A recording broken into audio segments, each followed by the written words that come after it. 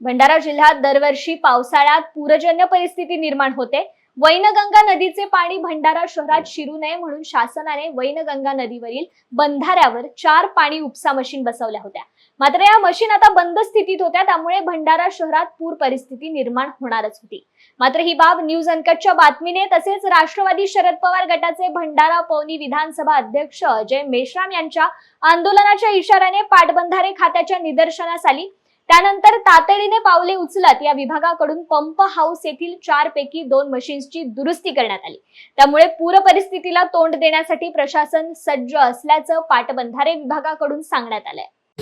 Sir काय सांगाल, हे 2 पंप आता सुरू झाल्यात, काय काय घटना घडली? ॲक्च्युली काय आहे, हे पंप आता सध्या ट्रायल मोडमध्ये आहेत आणि हे कंपनी फ्लोमोर यांच्याकडेच आहे। हे कंपनी आता हे आपण ट्रायल अँड टेस्टिंग करताना 4 पंपामध्ये थोडा काही हे प्रॉब्लेम आला होता, परंतु त्यांनी 2 पंपाचं गिअरबॉक्सचं काम सुरू केलेलं आहे आणि आता 2 पंप आपण त्यांच्याकडनं आज चालू करून घेतलेले आहेत। आता सध्या 2 पंप ते इमर्जन्सीमध्ये चालू शकतात अशी कंपनीने आपल्याला हमी दिलेली आहे।